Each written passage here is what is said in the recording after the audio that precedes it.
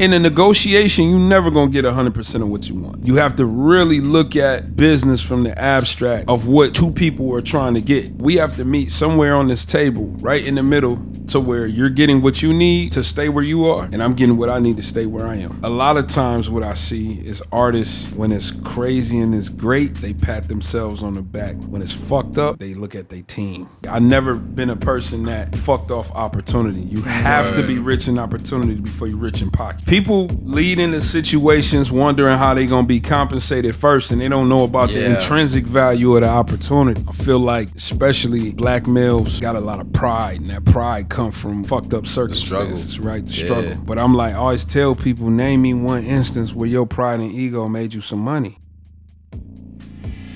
Yo, what's going on, world? It's your boy Poncho here. Welcome to episode 23 of the Encore Podcast. If this is your first time listening, this is a podcast for artists, entrepreneurs, anyone that has a passion that they're trying to turn into a full-time business. So if that's you, subscribe, tap in with the community. I'm here today with my co-host, Cruz. What's going on, Poncho? Gang. So today we got a guest, big dog in the building. Thank you for joining us, my bro. Executive producer, management company owner. Yes, sir. Young business owner. Yes, and sir. Making big moves in the industry. So appreciate you so much for pulling up with us, bro. My bro, Mally. How you doing, bro? Mally The Martian. Hey man, I'm great. I'm here. Yeah. Yes, sir. Life is good. Let the record reflect that I was a little late. Yeah. But I'm here, man. It's all good. I love that you said great too, because when people say good, I'm good. I'm like, good or great? And you actually said great today, bro. So I appreciate that. Bro, as long as you breathing, that's real. You can fight the good fight, bro. Yeah, that's you know facts. what I'm saying. The ultimate, not doing great is just not breathing, bro. Yeah. So as long as we breathing, we have time. Facts. And we don't mind you being late, bro. So I mean, maybe the next guy will. Today was crazy. I'm usually punctual, but today was crazy. Yeah, happens. No worries. Either way, in just a few minutes, could you tell the people where you're from? Okay. How you got started in music and what you do today? All right. Mally The Martian. Come from Toledo, Ohio, Northwest Ohio. We're about 50 miles from Detroit. I said Northwest Ohio, right? Yeah. Okay, yeah, Northwest Ohio. I mean, talking about not real blue collar town, not much opportunity for music. But yeah, no, there's no community for that. Like you hit a ceiling real quick, you know? Yeah. Yes, only a couple options. You either work at one of the factories there, a lot of automotive stuff, or you sell dope. And I ain't work at a factory. So, it's that lot of music in my family. My grandma, my grandma's one of 18 kids. Wow. Actually 20-something kids, but 2 of them passed away on birth. They were twins or something like that. But, all the way up till now, I like to look at myself. I'm a manager, but I'm a manager who's also a creative. Hell yeah. You've been through it. Yeah.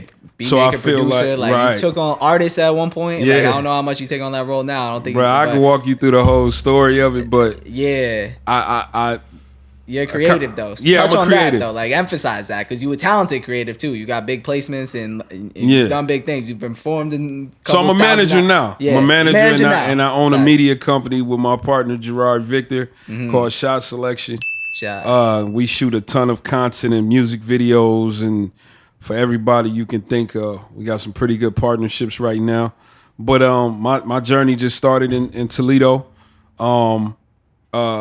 My mom got me a keyboard when I was 12. My uncle Ray, he's actually out in Jersey with me now. He might be 11, 12 years older than me. So he was still like a kid when I was a kid, pretty much. And he really was into music, crazy. He was rapping. I used to go in the studio with him. All of us in my family, we play by ear. I thought everybody can do it. What do you mean by that, play by ear? I mean, just hear a song and get on the keyboard, get on the piano and play it. And just you sit there and tinker until you figure it out and figure out the chords or whatever the case may be.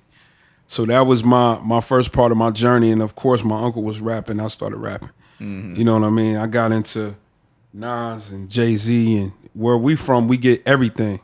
So I was getting West Coast stuff. I was a fan of Too Short. Because of location wise. Location, like, we in the Midwest, but we right in the middle. Yeah. You know what I mean? So it's like I was getting everything. Music from Houston, from Scarface to Nas, Hove. Huge Jay-Z fan, Reasonable Doubt. I feel like it changed my life. Yeah. Even as a hustler. And so, that was like my journey, just producing and rapping. My mom bought me a keyboard when I was 12. The keyboard didn't even fucking loop. It was just like I had to play it out all the way and then play it out. Then I had this little tape. I put y'all kind of young, but I used to put the paper in the tape deck, on the cassette tape, and press record and play, and had a mic on it, and that's how I would record my mixtapes. You know what I mean? So I would just freestyle over the beat that I made. Yeah, so you would make the beat, and then I would just go, and I would be down in my grandma's basement for hours and hours and hours and hours just cooking. Shit, you talked about where Mally The Martian came from before, and I want you to repeat that because I think it's a dope perspective and a name. So my name is Jamal. So Mally was like a nickname. You go through a bunch of embarrassing rap names and everything. Yep. But I just said Mally the Martian because I've always been a guy that was into, and to this day, I'm a huge sci-fi fan. So I really people look at the minutia of everyday life. I'm waking up, I have to iron my clothes, I have to do this. But what y'all not realizing is, if we keep zooming out, it's so much. We're a grain of sand in the grand scheme of everything, the cosmos. Speak on that. So when people hear Martian, they automatically think of space, right? Because that's the popular thing of an alien or something from somewhere far away.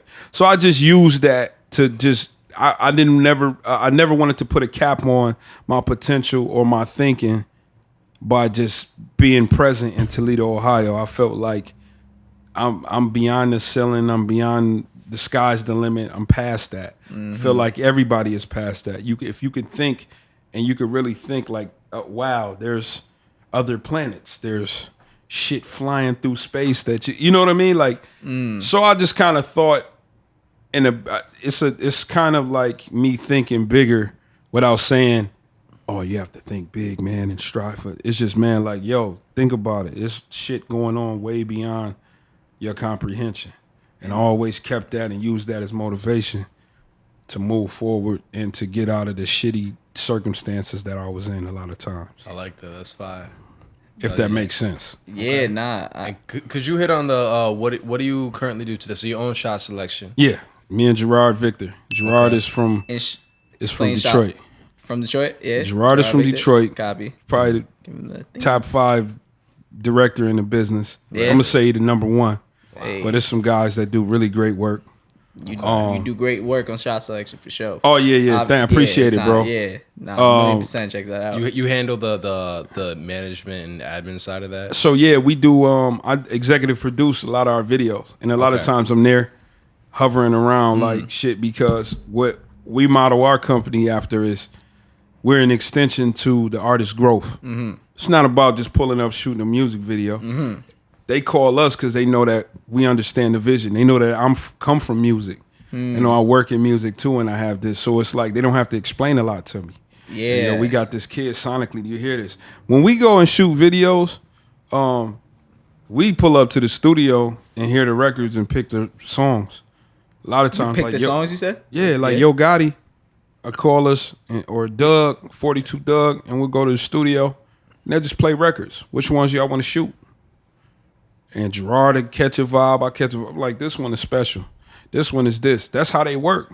Wow. Because they know the visuals is the other part of it. You know what I mean? That's why somebody like, that's why like Gotti to me is one of the guys, he's where he's at in the business because of how he thinks. That's he crazy. Has a genius I know level. so many artists that will like be like, nah, this is the single. This is it. This is it. Nah. He don't even approach shit like that. Yeah. I think everybody knows when a record is special, but like he knows the value of content. And so do like our other partnerships. Fab always knew that. Like You know, Fab is like my brother. That's Yeah. really where I got my start with him and his brother, Paul Kane. Them like my brothers. And that's how I got into the business. Wow. You know, so like Fab was always a guy who, when I brought what I brought to the table, he always knew the value of having product out there and having videos. He was that guy. He'd reach into his pocket and pay when it wasn't that popular. He'd just do it. No, let's do this for the videos. Investing in that. Yeah. Oh man, look, he cold blooded, and we. It's easy to get along with him because we think along the same wavelength. You know what I mean? So, but you know, I get into my whole Fab story and everything like that. But he another guy that understands content. So that's what shot selection is. Wow. We just really, literally strive to get the perfect shot selection to show the artist a certain way and be an extension of what the A&R is doing. We want to tell the story of that record. And the music video is your commercial. Tell all these young dudes, man, that's your commercial. That's your commercial? That's what you pitch This on? is your commercial. Yeah. How people Shit, I haven't heard it like that. Yeah. It's a commercial. Yeah, it makes sense. You gotta show people your product. You the product. Yeah. You gotta show them shit. Shit, yeah. Make them love the product. That's a dope way of thinking about it. I've never heard that before. Man, I tell simple, but it makes sense. Yeah. I tell, man, bro, I got so many like you know what I mean? I'm excited to pick your brain, bro, for real. Like, yeah, there's already 5 things that I thought in my head. We're gonna get to that, and that. At the forefront, though, rewind a little bit. I know you're a dreamer, and I know that's like at the forefront of your brand. And I want to know what it means to you to sort of be a dreamer and execute. And building on that, what does it mean to be an executive produder as well? Because I know that's sort of, I don't think people understand that. Yeah, you know what I mean. So, well, first of all, me and my guys from back home, we got something called Never Stop Dreaming, right? And it literally means that. And that was like our thing. NSD is our thing. And so furthermore, my management company is Dreamco. So it's really Dream Consulting, right? But it's Dreamco, like Dreaming Company. So whoever is a dreamer like me, here go a home for you. I fucking love that. Yeah, and we're gonna work. Like, we're gonna just work and figure this shit out. And we ain't afraid to take the stairs. Yo, people need that shit. We don't need this shit to happen tomorrow. There's so many. I'll speak on myself. There's so many dreamers, bro. You just get shut down by the world. Oh my god! And it's like, bro, you know, I'm preaching to the choir. You know what it is, bro. I used to sit on the porch in Toledo with some of my guys that I came up with, and just guys that pop in. We'll be having these discussions, and I just, you know, say, look, bro, we can do blah blah blah blah. One day, dude was like, one of my guys was like, bro, do you see where the fuck we're at, bro? Like, what do you mean? Yeah. There you go, man. Like, that's one thing about you, man. You a dreamer. You know what's crazy? I don't even share my dreams with people because I'm so tired of that shit. And it's just like, I don't. Bro, it's, you know, the generic shit is, hey, man, you could do whatever you put your mind to. But it's, I mean, I'm a guy from Toledo, Ohio. And some of the stuff we going to talk about in this podcast, in this interview, is shocking the fucking me because I'm just living it. But when I stop and I talk about it, it's like, whoa, that happened. That's real, shit. Right? I'm asking you about that later, but I'm gonna wait till you speak on your what you've been through, your opinions. But one of the things I wanted to close on is, I'll save it for later, but copy. All right, I have a question for you, right? Yeah. So, shout out Lil PJ. Haven't met personally, but was introduced. I've learned of him through Jared. Also, shout out Jared. Yeah, shout out Jared. If you haven't seen that episode, please check out. Check that shit out. You feel me? Young Jared, shit. You feel me? Goat lawyer. Anyway, so you on one side work with the artist like PJ, who's 18, correct? Right. Okay. And you work with someone who's OG in the game, Fabolous. Right. Could you tell people, in your experience, what are some differences between people who are seasoned in the game, between people who are newer? And building on that just a little bit, if you want to touch on it, some of the early people who were on the making it to the season level, you know, have that potential to, you know what I mean? Right. Yeah. I actually was just talking about it. I love the fact that I get to work with a kid like PJ, and then I love the experiences I had with Fab, and he's still active, and we get ready to start dropping music again. What I love, do you want me to go into the difference or really just the nuances that I noticed? I would. Yeah. Both. Yeah, I go into both. So shit. That's a no question. Shit, man. Like Fab is he's very deliberate, and he knows exactly like I always tell him, we joke all the time. First of all, Fab is funny as shit. Yeah. A lot of people don't know, like, he funny as shit. He got a sense of humor, so and that's perfect because his bars are funny. His bars, times, facts. But you gotta think about this shit, man. Like, he's a professional rapper. He knows how to put words together. He knows how to put records together. He's very deliberate in what he wants to do. But one thing about him that I don't notice with other people, he really wants perspective. So part of the reason all of them projects we did, from as a producer when I worked on Soul Tape 2 and did 2 records on there, to more executive producing on, he let me spread my wings and executive produce Soul Tape 3 with him, where I kind of just like filled in the gaps and helped him put records together. We was finding beats all the way through the Summertime Shootout series. Fab really asks for perspective. Is that a Fab thing, or that's people who are seasoned in the game thing? I don't even. It may be a Fab thing. Yeah. But I mean, people who are more seasoned, they understand, some of the nuances of the music business a little bit more. They know the politics a little bit more. Like PJ is just learning a lot of that side of it. He's just a kid that knows how to rap. He wants to record. He has melodies.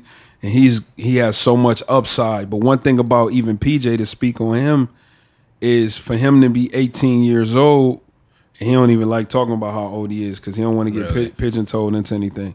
But he was just so beyond his years because his mom is a strong black woman, and you could tell what she instilled in him. So he's not really on goofball time. Like, we ain't gotta tell him to do something. He takes like coaching well. He takes perspective well. Even if he disagree in that moment, he's gonna sit and think about it. Is that something that you would need from someone that you invest in? Oh, of course. Of course. Of course I didn't.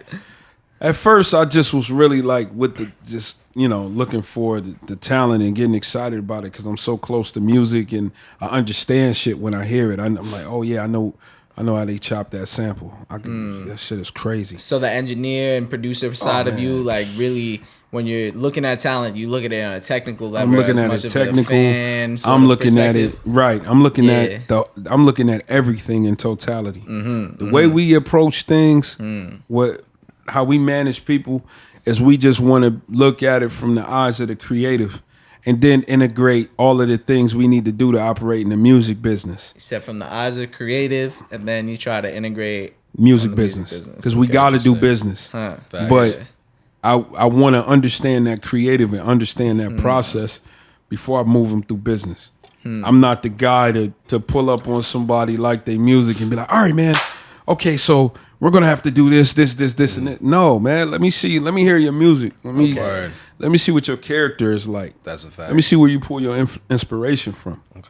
So what have you been through? What are some mistakes? This is not like on PJ at all. Just younger people in general. Like some things that seasoned people know to either stay away from or know how to navigate that younger people in the game don't understand yet. Shit, I can speak on PJ, but I can speak on myself too, being a younger guy coming in. But sometimes you, when it comes to business, you may let your feelings govern your decision making. Talk about it. And I've been guilty of it. I'm still guilty of it sometimes. Yeah. But you have to really look at business from the abstract of what two people are trying to get. So if you sit across from this table and you're on the label side and I'm over here on the management side, individually you may not be a bad guy, right? I may not be a bad guy. But we have to meet somewhere on this table, right in the middle, to where you're getting what you need to stay where you are and I'm getting what I need to stay where I am, right? So you always have to look at it like that and approach it that way. Sometimes your passion to get in the way of it. Mm-hmm. Yeah, that's real. You know what I mean? Your passion, when you're young, you got so much passion in you. You're like, no, man, fuck that. Yeah. You know what I mean? Like, but it all. And that just comes with time. You know what I mean? It just comes with time, man. You can't. And there's some people that's older that still don't have the right temperament and still don't have the right approach. Yeah. You know, still don't know how to operate in a corporate structure. So a lot of guys come from the street. They don't know. It's not like my next door neighbor was a stockbroker. Yeah. Do You you know think what you I could mean? explain that to somebody if it's like we trying to negotiate, we at the record label, you gotta compromise a little bit to give them what they want. Is that something you've been able to explain to people? Yeah. Where, There's things that you have. There's always a give and a take, but it's as long as you guys are in a great place where everybody feels like they got skin in the game and it's cool, I think that's where the marriage of like good business is. Good business so when you negotiate, you come from a place of we're trying to make it work for everyone. Yeah, I set the table with what we expect and what we want, when the type of structure we want. Yeah, and then I just listen. I listen to see what the counters are. I heard. And this is not I don't want this to get political at all, but I heard this from a Donald Trump book saying, yeah, I know. So it was a quote. It was a quote in a Big podcast. Donnie got some gems, huh? No, he really does. But one thing, and I actually don't agree with this. He was like, "Yo, when I negotiate, I get all of what I want, and I don't care about the other side."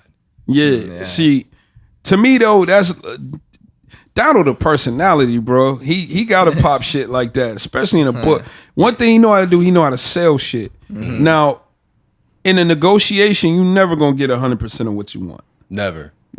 Wow. You're negotiating. You'll get to a point where, of course, you got this new kid, and you think he's the world. Yeah. You want $10 million, but does he have $10 million worth of product out there? Does he have a projection right now that drives him? No, it's not realistic. You'll get left at the fucking table. I mean, I want $10 million and I want it. No, everybody wants $10 million, right? But it's just about agreeing to the route to get to $10 million. That's real. That's business to me. 100%. That's crazy. So how do you find a manager if you're somebody looking for somebody like you that understands that you have, you're checking the boxes for us. If we're looking for a manager, you're checking the boxes for us. How would you recommend somebody if you don't really have somebody in your immediate circle that sort of advertises himself as a manager? What would you look for in a manager if you're looking for a manager? I mean, really, when I was producing and all that, it was my boy Omar Khan, who's actually urologist. He's a doctor. He's a kidney surgeon, right? Wow. This was my boy. We was doing the music together for a while. He did beats, him and my guy Jamal Afridi. I'm interested where you're going with this. Oh yeah. Then my right hand man Hustle. My right hand man Hustle was around. Then my boy Chief. Me and Chief had a group together. My boy Country. I got a circle of guys. And at one point when I was just focusing on producing, my man Hustle was there. It was Hustle and Omar. Anything I wanted to do, putting out records, putting out my Wolf of Mall Street album. That's the last album I rapped on, and it was actually pretty good. Shit, yeah. Shameless plug. Don't want to hear me rap? Check that out. The Wolf of Mall Street. OD. On all DSPs. No, my man Hustle, and he worked with me right now in Dreamco, but he got his skin in the game managing. We always around music. So I would start with the people close to you first, because you can't really go holler at Sal and them, or get a Lenny S, or get a Molly, or get a whoever. And I'm not even putting myself with Sal and Lenny and them, but Lenny is he like my big brother. You know what I mean? I get a lot of game from him, right? But you wouldn't go to those guys right out the gate. You got to build. So I would build with your people then. And then as you build and as you grow and you have shit to manage, that's when you reach out to those guys. 9 times out of 10, they might reach out to you. So even if this is gonna sound so dirty. All right, so an artist, like an artist building with someone, knowing that like they might get like replace that manager? No, you don't replace. You don't replace. Any manager of a certain caliber, if you got your homeboy there and he's cool, he can do your day-to-day. You let your homeboy get a percentage being your day-to-day manager, meaning you with him, he gonna get you the interviews. Y'all damn near might live together, whatever. You might have you got powerhouse managers like Anthony Saleh who got Future and he got, Nas and everything. And what's he do? Like, oh, man, what's that powerhouse man? Can you break that down a little bit? The difference. Some guys got the power in picking that fucking phone up, getting a deal done, moving the process along, getting brands involved, structuring tour schedules because he has a wealth of contacts, promoters, whatever. Your guy that's moving with you is your day to day. He may be / your road manager, anything. You know what I'm saying? It's just different, and there's different management styles. You got like my guy. I don't know if y'all heard of Big Fendi. I gotta shout him out too. Fendi, look up Big Fendi. Big Fendi is responsible for a lot of people's careers. Wow. And he either gave Nicki Minaj her name and broke Nicki Minaj. Yeah? Yeah. And Fendi is a guy who's boots on the ground. He's analog. He's old school. He in the streets. He got a bunch of promoters. So his phone is worth a lot. So if you're a young dude and you get the attention of a guy like Fendi, he can put you in the circuit of shows, clubs. Yeah. Because he been around for years and got so many relationships in the game and whatever the case. Yo, that's one thing I wanted to bring up. I was gonna ask this later, but I'll ask it now. So like, again, going back to just because we were talking about it before, just use PJ as another example. PJ Yo Gotti, right? Song out. Is it the management that gets that orchestrated, or is it the art? Just in general, just to have a big artist work with a smaller artist. I hate using that word smaller. What I mean? But like an emerging artist. Yeah, right? Emerging. Yeah, that's a better way to say it. That's the management that does that, or is it the artist? It depends on the relationship, but a lot of times, from what I've seen with Gotti, if he go jump on a song with a kid that's up and coming, he probably gonna sign him. Really? You know what I mean? And that's just a guy. He gonna bring him right over there to his umbrella. Right. But for just to use that analogy or that example, sometimes guys just may like a song or see something online and be like, I like that kid, I'm gonna do it right. Fab, that type of guy. Really? If Fab sees something and like it, like you can't get Fab to do a lot of features. People can't even really pay him like that to do features. But if he likes something, he don't give a fuck. He don't give a fuck where you at in your career. If it's buzzing a little bit and he like it, he'll remix it. He'll get on a verse. He just like that. You know what I mean? Shit, that's dope because you like A&R like that. Like Drake does that a ton. Oh yeah, Drake could come down from his fucking mountaintop at any point in time and go fuck with the culture or something that's emerging. My follow up to that is so how valuable is the management in that situation, or is that something that an artist could do on their own? The artist can get the song done on their own. Okay. The management has to move it through the label process and getting the clearance. Yeah. Could the when you're working with a big artist process? Oh yeah, you got to get the clearance, and that big artist is going to want big publishing. Yeah. You got to make you got to make sure that all of that shit moves. Wow. You know what I mean? How did you teach yourself the game? Like, was that something coming from fucking trial and error, bro? Trial and error, yeah. Talking to people, because that's something. My first opportunity, my first production deal was with Sean Stockman from Boyz II Men. Okay. Sean Stockman's wife is from Toledo. He heard something about talent being there. Had this thing at this spot called the Blueprint. Blueprint was like the spot in Toledo. My guy Paul and Marshall, they had this hub where everybody go. That was our club or whatever. But they did some talent shit. And my guy called me like, yo, Sean out here looking for talent or whatever. I'm trapping 1,000,000 miles per hour, but I wasn't far away. The shit where I was trapping at was like right outside of, it was like right downtown. And it was calling me to come over there. And he did it one night, and I didn't go to the first night. The second night he did it again. My man called me, my man Country was like, yo, we're gonna slide over here because somebody played the record yesterday and he was rocking to it. So we went down there, met him, He ended up signing us to a production deal and shopping us. But at that point in time, that's when I really started learning the business. Yeah? What really was it about that time that made you learn it, though? Because... you feel like you needed to because at that...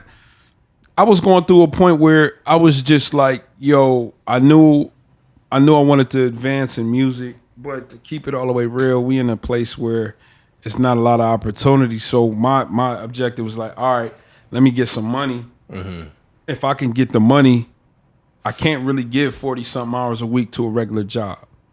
I got to get some money and be able to have the money and still have my time to move around. Facts. You know what I mean? Yeah. Because I knew the value of time. Time was everything. That's real. So I felt like I was still 1 foot in, 1 foot out, man. I'm keep it all the way real with you. But I felt like that opportunity, I never been a person that fucked off opportunity. You have to be rich in opportunity before you're rich in pocket. Always knew that. Break that down, bro, because I've heard you say that, and bro, I live by that shit because the opportunity, people lead into situations wondering how they gonna be compensated first, and they don't know about the intrinsic value of the opportunity. It'd be some game you get during it that stick with you. And people be short-sighted with it. Man, what? Yeah. So we went through that situation with Sean, and I learned so much at that point in time. Because at that time, I was still going, I was going in and out of town with my man Clemmy. Him and Freeway. Y'all know Freeway. Yep. Freeway, yeah. Beanie Siegel, State Property, all of them in Philly. We would go down there and I would give beats to Freeway because my man was Freeway artist, right? So, man, Free is family to this day. Really? Really good brother. I know Free used to go through a lot too. Oh man, Free he one of the strongest people I know. Yeah. If I went through what Free went through, I couldn't. Yeah, bro. Free went through. Anybody who don't know about Philadelphia Freeway and other than his talent and his records, what he's been through in the past 5 years of his life and where he's at and he's still standing. Facts. I use him as a point of reference if I feel like I'm having a bad day or somewhere, I feel like I don't want to do this shit or whatever, I look at my brother, bro. I look at him. Damn. Wow. He like, bro, you can't. He the strongest person, like one of the strongest people I know. Really? Shit. Yeah. I believe that 1,000,000%. Period. Facts. Yeah. Period. I've been around him and because I have a big connection to Philly because I had an internship in Philly at a company over there that's up and coming, so I got to be around the culture a lot. I had sort of another internship with a company that Freeway works with a lot, so I'll be around him a lot, like this close to him. Yeah. And I always wanted to talk to him, and like I felt like at the time I didn't really have enough to talk about with him. Yeah. So something I want to ask you is, how do you like to navigate rooms where it's sort of like you feel like you're somebody who, might be a little bit not smaller than other people? Are you a patient networker or sort of an opportunistic networker where you like to take advantage of the a little bit of both? A little bit of both. In the past, I'm like, fuck it, I don't know when I'm gonna be here again, right? Mm-hmm. But a lot of times you got to realize, like, what you got to talk about is just the human connection. Mm-hmm. Everybody been through some bullshit. Everybody came out of it. Everybody got trials and tribulations. Everybody has. So I look at it in that circumstance. You know what I mean? Like, I got so many different stories of just being in rooms or just being able to take advantage of that situation. And I remember I had this, J. Cole showed me how to put samples into Logic when I switched from producing on Reason to Logic. A lot of people don't know that. Like, and like, we always find shit to talk about. He knows I'm from Toledo. Yeah. Like, yeah, he just like, it's there. And J. Cole's larger than life.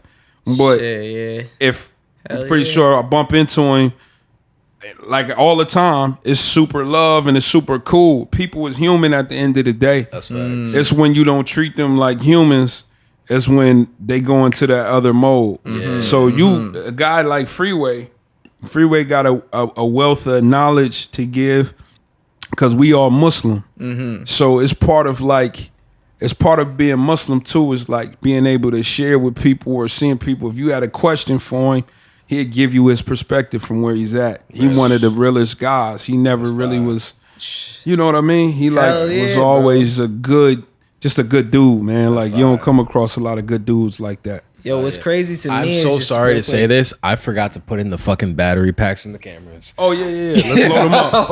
All the cameras? One of them has it in, two of them don't. Cool. Fuck it. It's all good. Good. I don't need to be. I don't need to be getting drunk as shit. So we're good. We're good. So when was the last time? Yo, I've been there. Crazy, yo, it's the worst because it's not even you're drunk as fuck and then you embarrass yourself, but then you gotta edit yourself. You gotta edit yourself. You're like, damn. I was slapped. You like, bro, I was slapped, bro. Like, damn. It's not it. It's not it, yo. All right. All right, yo, we back. We got a couple more things I want to get into. One of them is a bunch. Yeah. We got a bunch. But one major thing. So many artists, right? I feel like have a misinterpretation of what management should be. Yeah. So, could you talk about expectations? Oh, I love this. Yeah. What to expect and what to not expect from a manager? Your manager is not responsible financially for nothing. Ooh, talk about it. Right. But the second manager on a podcast that said that first. Facts. Yeah, shout out PJ. Facts. Yeah, but I'm so I come from, having indie labels and shit like that. So when we got to get shit done, I don't mind doing shit. I'm not that guy that micro every transaction or anything like that. Like PJ will tell you. Yeah, but you shouldn't expect that. Yeah, you normal for just straight up business. Right. You shouldn't expect that. That's not their responsibility. The other thing is, when you got a manager, that don't mean that you kick your feet up and just do music. You still got to move the needle. You just got another person that can move another part of the business that you can't.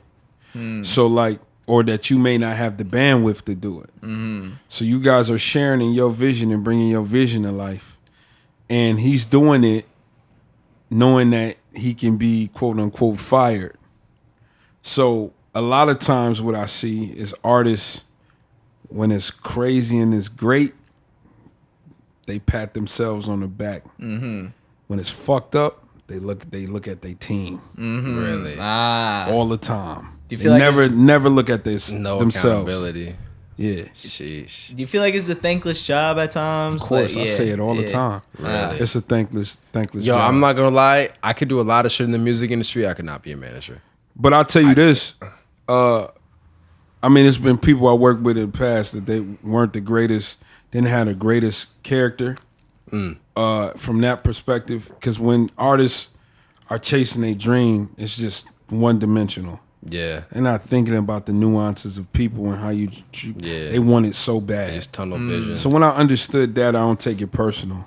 One thing I could say, it's pertaining to PJ appreciates everything. So when somebody appreciates what you bring to the table, it just makes you want to go harder and want to win more. You know, management is 24 hours, man. How's he express his appreciation to you? Man, he'll say it. Hey, Mally, man, I appreciate you. Yeah. You feel what I'm saying? Yeah. He'll say that, he always make an effort to say that. You feel what I'm saying? As a young kid, that means right? a lot to you. Fab would just, Christmas and roll around or something like that, and you like, damn. Really? I got a chain. Damn, I got a laptop. Uh-huh. You know what I mean? Wow. He just thoughtful. You know what I mean? He thoughtful. That's and crazy. he'll pay attention to something and wait for the right time to do it for you. Uh-huh. Yeah, but he's even that comes type down of guy. to even just the thank you from PJ or the laptop from Man, Fab. it ain't even the stuff from Fab. I'm just telling you, people have different ways of showing their appreciation. But that's major to you. It's if I'm human, it feels good to know that the people you work with value what you bring to the table. But it's not something that I need Okay. to do my job. That's valid. I just want to go. Because guess what also shows the appreciation? When you get money. Facts. When you get money, the money appreciates you. Nah, that's real. What about some things that you should expect when an artist gets in a management situation? I think when an artist gets in, you just really expecting. You have to know that you're getting into a team situation, and all you guys have to figure out. You're not, like I tell artists all the time, if you little so and so is a product. Okay. The artist's name may be James Smith. I'm like, listen, James, me and you are partnering up to move this product called Little So and So. That's not you. This is a product. This is something we're selling. Interesting. You're James Smith. You who your mama raised you to be. This is a product. Don't buy so much into this to where you lose who James Smith is. Wow. So we're coming together to sell this product. No different than a bag of chips. No different than you trying to DSPs is, I always use this analogy. The DSPs is Walmart. And you're this bag of chips. You don't automatically get to be next to Doritos and Lay's chips. They're like eye level. You're right in the right spot in the aisle. You're going to have to sit way in the back of the store in some type of random end cap. That shelf space costs money. That like every thing slot in the grocery store costs money. They factor in the eye level. They factor in visibility. They factor in where it is in the store. So you have to understand that we're teaming up to sell this product. I think that's major. I feel like a lot of people kind of mesh the two identities, and I think I'm guilty of this, right? Like my name is John, but like I fucking get caught up in Poncho shit. Yeah, and it's like I've definitely let that fuck me up before. Yeah, Poncho. Shit, I'm Cruz. Poncho is you, but it's just an extension of some of the extreme parts of you, the creative part of you. That's you know what I mean? Okay. So it's you, but you can't get caught up in that. You gotta always be. What'd you say your name was? John. You always gotta be John. You John at the You core. never John, bro. I haven't seen you as John like Since in high that school. mode, but that don't mean that you don't exist. John is at the core. Facts. John is at the core He's just- of how he makes decisions or how he treat people. Yeah, At the core. yeah. Even if he When introduced Poncho himself as take her, I don't Poncho, even know if Poncho is a dick or not. But if Poncho's an asshole, you know what I mean? If Poncho is not a good person, Yeah. then you know you don't need to be like Poncho needs to be an extension of you, an expression of who you are, but it's not you at the core. Before you were Poncho, you were John. Yeah. You was the kid from so and so. Yeah. You know what I mean? And that's the same thing with me.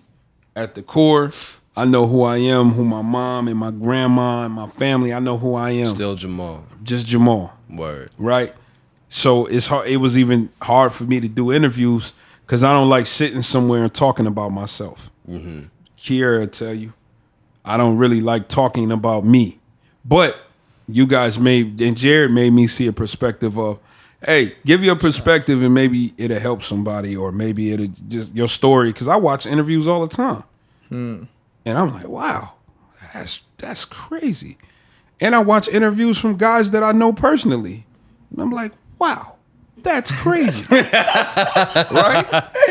You feel what I'm saying? Hell yeah. Nah, word. So like, That's all I do. you know, I just always tell artists to look at them that whoever that artist is as a product. Don't get too caught up in who that is. That can't define you. That's crazy. You know what I'm that's real. saying? That's not even crazy. That's real. You are who your mama call you. Word.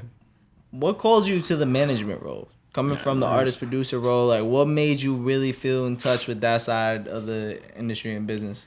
Bro, I feel like I stumbled into that shit. Stumbled into it? There's Yeah. different people would ask me to manage them. And I'm like, bro, I don't. Before you called yourself, was it because you're somebody that tried to connect the dots for people from? Yeah, I was always a Yeah. dot connector, always help people, always try to give perspective. People would ask me for stuff. Because you're You a know, giver, right? Like, yeah, you like to I'm- give to people when I'm you like have the this. opportunity to, yeah. I'm like this. I like to pour into into people if they ask me for that. You know what I mean? And pause. That sounded crazy, but I like to. I didn't repeat that until you said pause. I was like, that's shit. crazy. That's crazy. Might have to edit that out. I like to give people information if they ask for it. So I'm a giver of information. Okay. You know what I mean? So What? that was crazy. Gonna happen. Yeah, you know, it wasn't until you said it, bro. It's though, 2022. I'm taking those shit. Laugh that off. That's crazy. Yo, okay, all right. So I got an interesting question, and I want to hit the yeah, you know what it is. All right. So you are an individual manager. Yeah. So not Shot Selection, but Dream Consulting. Dreamco, yeah. That's a management company. Oh, we're a collective. Okay. What is the difference between an individual manager and a management company, and what would be better for an artist to look for? I think, I'm gonna toot my own horn for Dreamco. Down from myself, Hustle, Kiera, Dana, Jacob, Elijah. I feel like you get you know how they used to say it takes a village to raise a child. I feel like we got enough people, enough boots on the ground so that you always got support. You know what I mean? What are the other roles? Can you speak on that a little bit? Yeah, everybody is everybody came into it to be a manager, right? And they All six of those people. All six of the people. Really? Elijah, he wanted to be an A&R, but he wanted to understand the A&R side to eventually get to the management side. Everybody are musically in love with music. So everybody's super passionate about music, and they figured out this is what we want to do. Everybody got, with the exception of Hustle, everybody got more education than I do. Kiera, how many degrees do you got? You got 2 of them? How many degrees do I have? Kiera, she's dope. How many degrees I have? 0. Right? Everybody. How many Dana got? Dana got 2? She got a master's too. Yeah. I think she may have a master's. I don't know. Jacob got a degree. Elijah got a degree. Damn, just me and Hustle was the thug niggas from the street, huh? See? I don't got a degree. Oh yeah. You're a little thuggy too, and he working on his. So like everybody bought into a concept, this team concept of, all right, y'all, let's grow together. Let's manage stuff as a collective. Let's take on things we passionate about and see if we can build it. Sometimes it's people who you ain't heard of. We got a couple artists that we building now. Shout to Aki, shout to Reese. Shout to my man Chubby Baby in Atlanta. I just in Profit. I just jumped on. I got Dana. Dana, she works with us. She's managing Casper Bluff. Casper hard. When you hear his music, he tough. He right out of Atlanta too. We got a lot of shit going on for him, but everybody just takes this community approach. It's always all hands on deck. So nobody is like, of course I'm the principal guy in the but in the grand scheme of us, everybody is equal to me. All of us play a role. Kiera she might feel we got a kid that we like out of New York right now that we're probably gonna take on, and I had to make sure that Kiera was passionate about it because she's gonna be boots on the ground with it. When she says she passionate about it and she want to grow it, then I'm like, okay, cool, that's yours, and I'm here. I'm here as your backup and here to pick up the phone and do this, whatever the case may be. So it just depends on the artist, but we really take a community approach.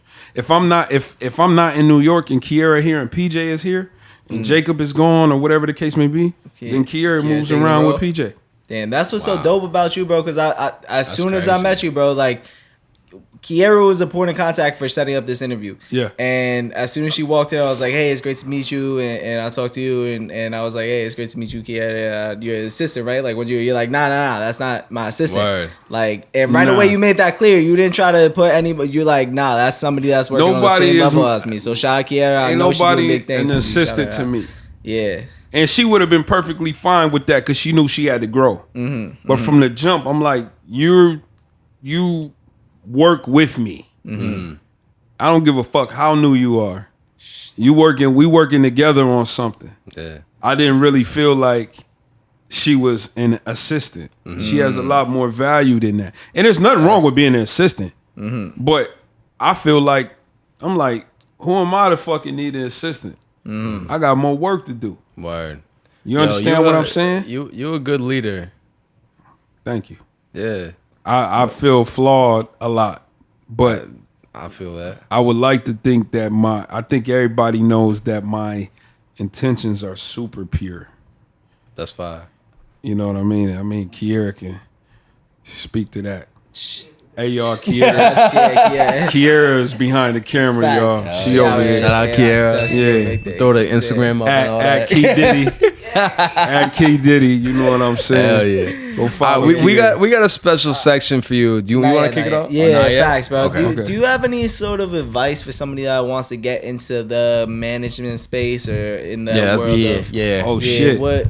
That question? That's a difficult world to get into a lot of times. Yes, it is. People think managers takes relationships. It takes relationships by having some sort of experience in some way or another. And I know for you got a lot of artists and producer background and other roles like that. So do you have any advice for getting into that lane? Yeah, man. Just what I try to do, man. I ain't perfect, but I try to keep my jacket clean. Meaning, like, I don't want no stains on my resume. So just treat people good and try to make a lasting impact. That's first and foremost. You can really manage anybody. Like I said, it's a lot of people that's going to be somebody homeboy, and y'all going to have to figure it out.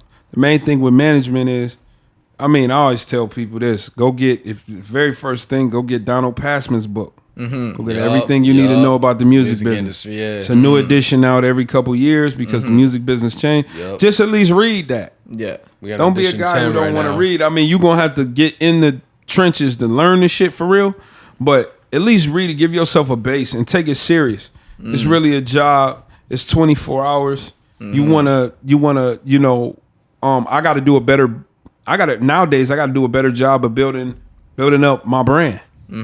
I build everybody else's brand, but I haven't built my own because I always was a behind the scenes guy and I was cool with that. But I think now I can do more and make more impact if I'm doing things like this and talking a little bit more and sharing perspective. So that's my answer to that. Like, and building off of that, how important has been tapping into the culture? Because that's something a lot of artists that I know personally, they make every excuse in the world to not be outside. And most of the time it's because I'm in the studio. Making music, and that's cool. That's an important part of it. But they're not outside going to the showcases, meeting people, doing the things that it takes to sort of... So I know for you, that's been a big part of your story. Yeah. Early on, like I'm just now... moving back around, like I really feel like, you know, of course we went through the pandemic, all that, but I've probably been home collectively 1 month and some change out of 2022. Spent a lot of time in man. We went. I've been to 5 cities in 5 days before, bro. Like it's crazy. But the thing is how do I how important is it to be outside, man? I mean, I'm trying to put it in a way that's not cliche. Yeah. Okay. You know, oh man, you gotta be outside. But I could just say your networking is your net worth. So even as an artist, it's big to connect with other artists. People from different places, bro. Go to different cities and catch a vibe. If you got you and oh man, this is big. I don't know if y'all was gonna ask it later, but every artist.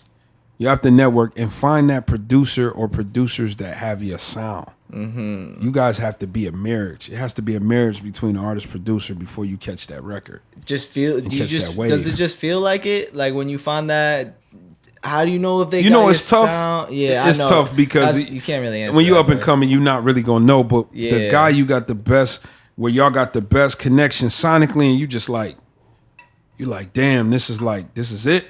I hear something here. Like, think about, we can go through history. Snoop and Dre, right?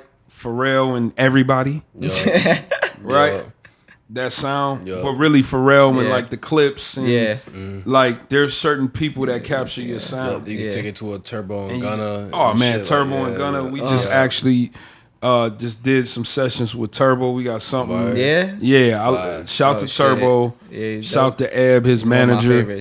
Shout to Gunna, of course. Gunna, one of the realest guys I met. Oh yeah, and he's a young guy. He a younger dude, bro, but that's one of my favorites. As soon as I met him, like it's cool. Like you can get Gunna on FaceTime. Like we got some shit cooking. Yeah. I saw a video of Gary Vee FaceTime and free that man. Free that man. Nah, free that man. That's please, bro. Please. Yeah, that shit is. That shit is. That's unfortunate, bro. Thug, all of them, man. It's unfortunate how. The timing of it and what they trying to do. Yeah, bro. I don't like that. Like it's more fucked up shit going on outside than guys that's employing people and giving and stopping ecosystems of money. We talking about, this is a podcast about business too. Yeah. Like you got to think of the ecosystem that you create with one artist that's successful. Facts. So many families affected. Man, by it's just insane. That one dude. Yeah. It's insane. I mean, me working with Fab changed the course of my career. Me working with Fab, got me hundreds and hundreds of thousands of dollars over my course of my career. Just one dude. Yeah. Allowed me to be in the space and open doors. But he rocked with me because I'm a worker. I'm not a guy who sit around and want him to do everything for me. Or a talker. I bring opportunities and people that are valuable around him. I brought Gerard around Fab. And then Fab's content started getting crazy. Right? In that space when he needed it the most. We knew that's where he was deficient at. He asked me one day. That's how I know. Man, he the realest. Yeah. We sat down at dinner one day. He like, bro, I want you to work with me in a bigger capacity than just producing records for me. Yeah. I don't know what that is. Yeah, he's like, I don't know what that is. Shit, yeah. He sat me down and told me that. And then he was like, is there any place you feel I'm deficient at? And I said, well, I think we can. That? Yeah. Oh, I shit, said, I feel like, this is fabulous. Yeah, bro. That's Breathe. Crazy. This is Fab. Yeah. Mixtape Fab. This is Funeral Fab asking a guy from Toledo, Ohio. What year are we talking about? Man, this is 2012 maybe. So he's hot 2012. Right now. Man, what? Yeah. Hey, man, listen, bro. And I'm like, damn, this dude sitting across from the table asking me, where do I feel he's deficient? Yeah. And to me, he's a superhero asking me that. So I'm like, well, I feel like we can do better visually because he was like in between his guy he used to use to do all his videos. And he was trying to find it. I said, I know a dude in Detroit. Yeah. I said, trust me on this one. It was the beginning of Soul Tape 3. Trust me with him. Let him shoot one. And if you like it, let's go. He shot one with Gerard and hadn't been shooting with him ever since. And what do you think he saw in you that made him realize that your opinion is so valuable? And one thing I see in you is that your energy for the culture and your passion for the culture is super high. So I want to know what keeps your energy and passion so high, but also what do you think Fab saw in you? I think from what he said over time is he knows that I'm an anything for the team to win type guy. That's that's major. I'm really selfless when it comes to the greater goal. Cause I just want to win. I don't need to say, hey guys, it was me. So that's why it's hard to do interviews. I just want to win. I want the money. I want to be able to feed these damn children. I want to be able to take care of my household. You know what I'm saying? Like, I want the growth more than anything. So he sees that. And I think that's why we mesh, because I never was really selfish in my approach. I think that's when people clash. Yeah. That's major. I think I've been selfless sometimes to a fault in my life, but I'm not trying to change it. Like, I know where I can, what I can do better. I always feel like it's room for improvement. Oh yeah. So I always operate with that. So I think that's why, we've been tight like that ever since. Like I said, him and his brother, they like my brothers. That's fine. You know what I mean? Like, this is beyond music. If we don't never work again together, we still gonna be in group chats, cracking jokes. You know what I mean? Like, it's just deeper. Yeah. It's deeper than all of that to me. But of course, I want to see him win, so I want to be involved in it because I feel like nobody else wants to see him win as much as me. You know what I'm saying? Because when you got your fingerprints on certain bricks that built something, you want to do it again. Like, look at that. I had a hand in building that. Word. All right, we got to go do another one. That's real. You know what I mean? Yeah. And that just what keeps you going. Okay. Keeps you passionate about it. That's how it keeps you immersed in the culture. When you feel like your you got something to give. Yeah. When you got something to add to it and to give, that's where the motivation is at for me. Hell yeah. You know what I'm saying? Yeah. You ready? Yeah, bro. There's so much that you've said in your content in the past that like we do this thing where usually we touch on Twitter. Do you have a Twitter? Yeah, I got a Twitter. Oh you do? I gotta get back. I gotta get back active on my shit. Really. Yeah, bro. We didn't find your Twitter, but in your interviews and your Instagram captions, bro. In your Instagram captions, which is something a little bit rare, you got gems in your Instagram captions. Yeah. Bro, like for real. So and other interviews that you said. So we got a couple things that we want you to I want to kick the first one off. Yeah, kick it off though. Ball. Yeah. Speak on it. When you're uncomfortable, that's when you know you're moving in the right direction. Absolutely.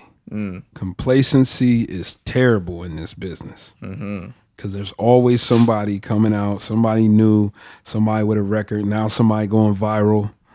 And that's just in life in general.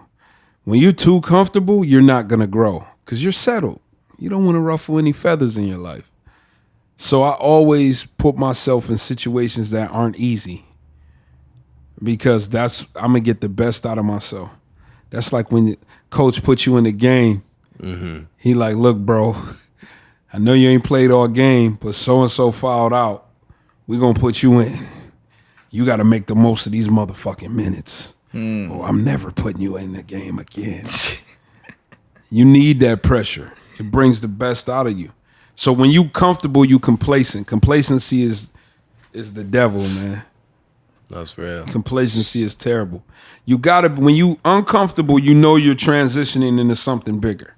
So I never feel out of place when I'm in discomfort. I recognize it for what it is and I go through it. Okay. You know what I mean? Yeah, fuck with you, it'll fester, but you know you moving in the right direction when you get uncomfortable. Yeah. Word. So Absolutely. you feel insecure at times and you sort of try to work through it. Because I know for me, when I hit that insecure stage, it's kind of one of those where it's like, fuck, I'll take a real step back. Like I'll work through discomfort, but when I'm like, shit, I'm not at that sort of point. It kind bro, of holds I me get back. out of that because you know how I got here? Yeah. Getting thrown into the shit, bro, and figuring it out. Yeah. So I had the confidence to be like, hey, bro, I'm smart enough to navigate this shit. So it was never like the insecurity part. I never really been an insecure person. At latter parts of my life when I started figuring out like what my strengths were. So I don't think you should ever feel insecure. You could definitely feel like, damn, like this is crazy. Yeah. Like, all right, but you just got to be in it. Snap out of it and figure it out, bro. Yeah. Okay. Yeah. This might be a little bigger than what I'm used to. Yeah. But figure that. Yeah. You got to just figure out. You got to figure out. You just like, damn. Figure it out. Like you stumble into the room and everybody's looking at you like, hey, you got to act like you belong there. You in there. Real. I feel that. What you going to do? You can't shrink now. Like, you know who you in the room with? Yeah.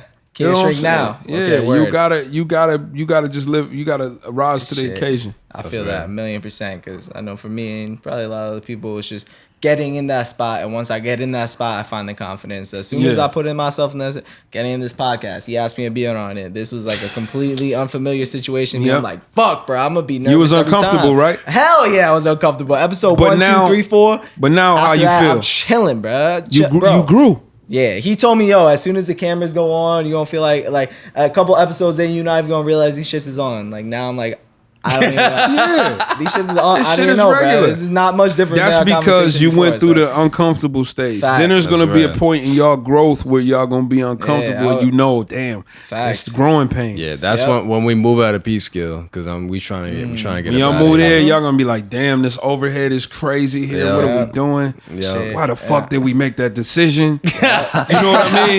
You're gonna be like, overhead crazy. like, Yeah, what? facts. But then the growth is gonna happen. Everything happens for a reason, man. The universe is a crazy thing, man. The alignment of certain things happen for a reason. When you deny yourself that point in time where you're supposed to walk forward and you can work freeze, through it. that's when you fuck up. Hell yeah. For sure. And being on camera, I promise the first couple times you watch yourself, every time you're on cringe. I know if you're an artist, you probably used to that by now. So, yeah, every time you're on cringe. Today's podcast, we're hey guys, what's going on? Yeah. Nah, man, you worked it. There are podcasts I was so nervous, like going back to the editing myself drunk. I had to do that because I couldn't fucking take it. Oh yeah. But now we here now. Though. Editing yourself drunk is crazy, bro. It's painful. Bro, I couldn't pronounce the questions. I don't even want to say the artist's name who I did. Yeah. You know, if you watch this, you know what it is, bro. Like I had to tell him, bro. Said, like, yo, my bad, yeah, bro. I was like, yo, the whole second half of that interview, bro. That I'm sorry, that cannot go out. He said, what's your biggest inspiration that you... Bro, I that love shit you, was drunk. fucking horrible. Is this mic going right now? No, bro. It was, Slap, bro. Bro, that shit was horrible, bro. Yo, that's crazy. I'm gonna hit you with another quote real quick. This one's a little long, so hear me out. Yeah. As Africans, hip hop is our culture. Don't have much of a culture beyond that in a lot of ways. So I'm a Juneteenth born baby, so I can't help but put on for my ancestors that paved the way for me. Oh, your birthday's coming up. Yeah, Juneteenth, baby. And what I meant by that is, it's a lot of black people in this country that may have been descendants of slaves, or Kevin Gates just told me recently that, you know, and he said a lot of us was already here with Native Americans, right? He's a big proponent of that. But what I was saying is, as African Americans, we may not, like, our food is like soul food and stuff like that, but I know when I came to New York, it was people who still had family in the Caribbean or Guyana or Ghana in Africa, and they mom would still cook the food and all of that. I ain't have none of that. I know my family is descendants of slavery. My family is from Missouri. You know what I mean? And so what I'm saying is, the culture that we created, That you created. Emphasis on that. right? This culture, like music and entertainment, and like, you know, from one of my great uncles used to play in a band with Howlin' Wolf, the blues legend.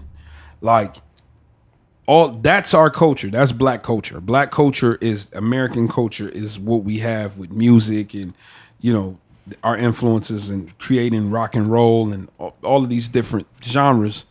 I feel like that's our culture. I can't say where I'm from West Africa. You know what I mean? I can't say that. I don't eat the food. I don't know anything about that. I didn't know anything until I went to Africa.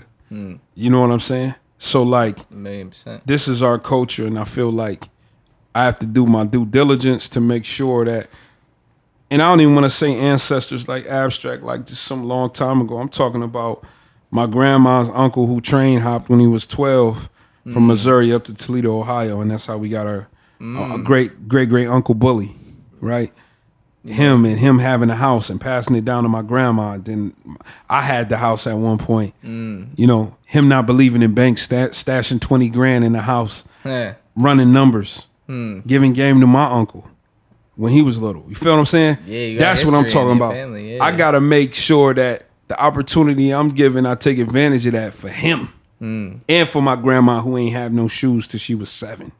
You know what I'm saying? Like, this is real. This ain't even like slavery talk. This is my grandmother. This is my mom's mom. God rest her soul, but this is my mom's mom. You know what I'm saying? Yeah.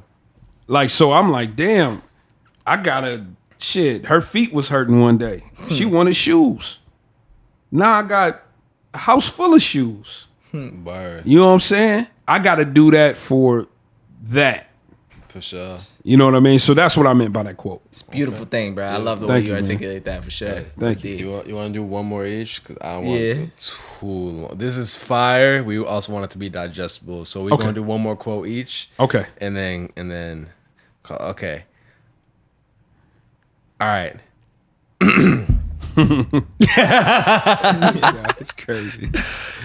Ain't nobody made any money from pride and ego. Ha! It's one of my favorite ones.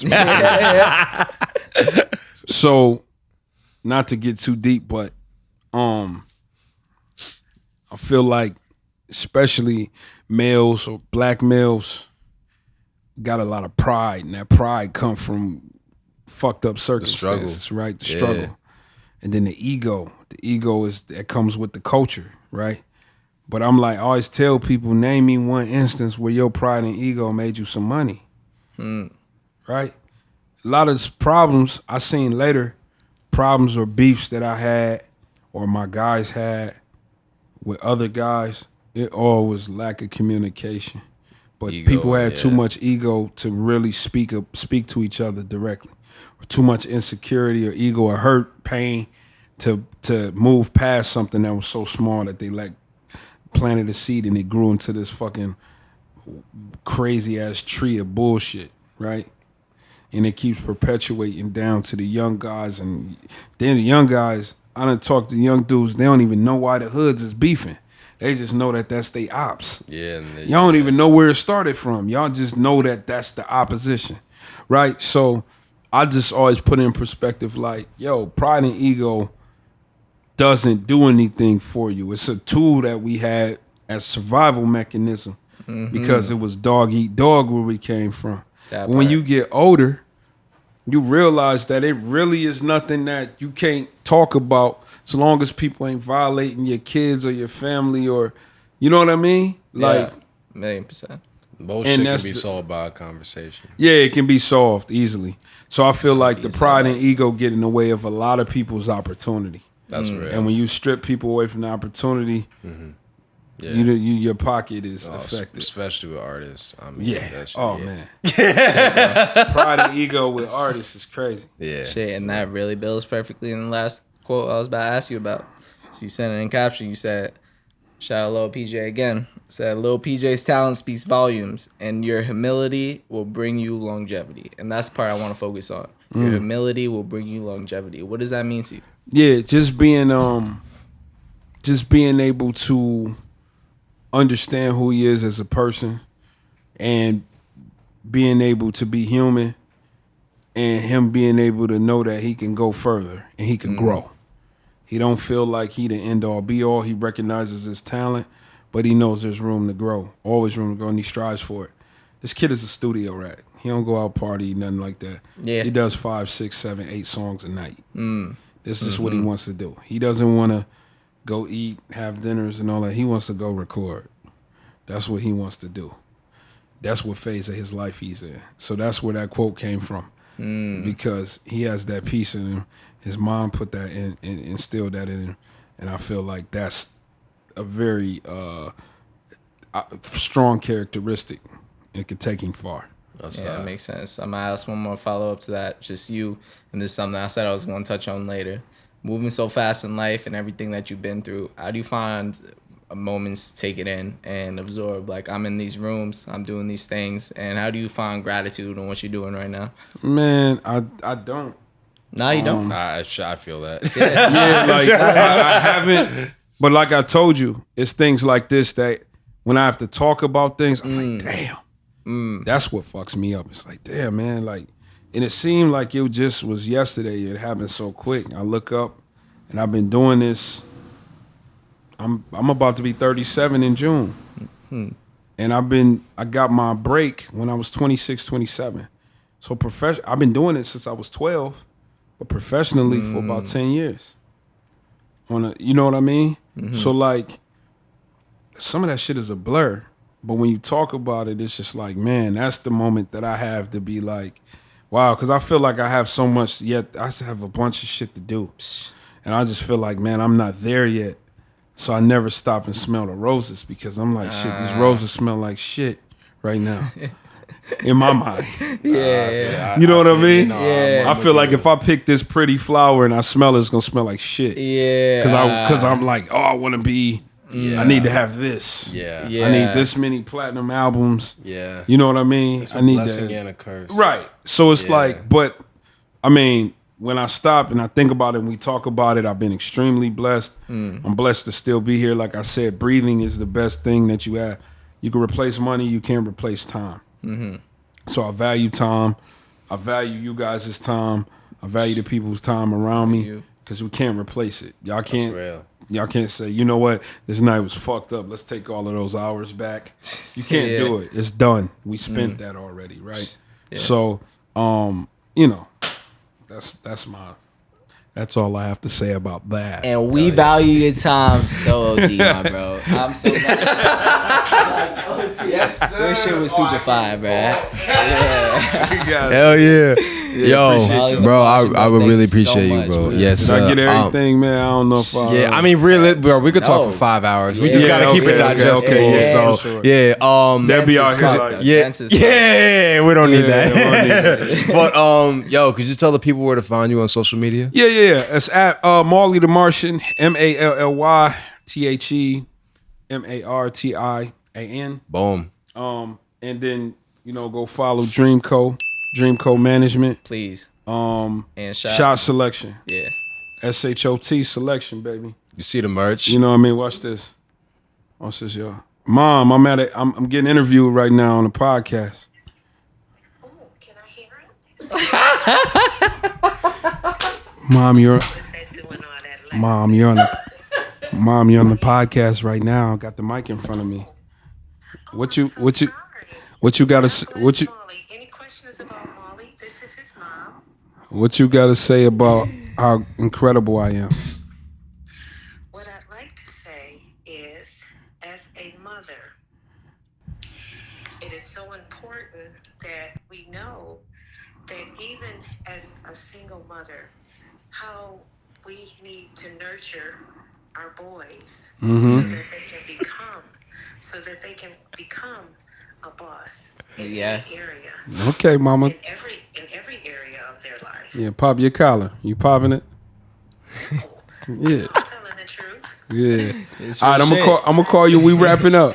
All right. Thank you, Mom. That's real shit. They know they just spent the hour and some change talking to me. But you don't ever tell them. You don't want no one to know that you skipped 2 grades and you graduated before your 16th birthday. Ooh, speak that for him, please. He didn't say that. Yeah, we ain't go that far back in my life. He doesn't want people to know that his creativity comes from classical music. He listened to classical music every night before I went to sleep. Yes, he did. Wow. I listened to classical music before I went to sleep. 2 grades and what? I skipped 2 grades when I was young. He finished high school before his 16th birthday. Yeah, I had enough credits to graduate. Man, that's so that says as much about your mom as it does about you, because she pushed you to the point where you had the opportunity mama a trip. to grow. Yeah. We're gonna get into some stories, blah. Shit. Yeah. You guys, and you know that keyboard. Yeah, I told him about the keyboard. You guys, he won't even give me my $300 back. Nah, you gotta get that back in blood. God bless you guys and all that you do, but I really think it's important. He doesn't want anyone to know what else? how hard he worked.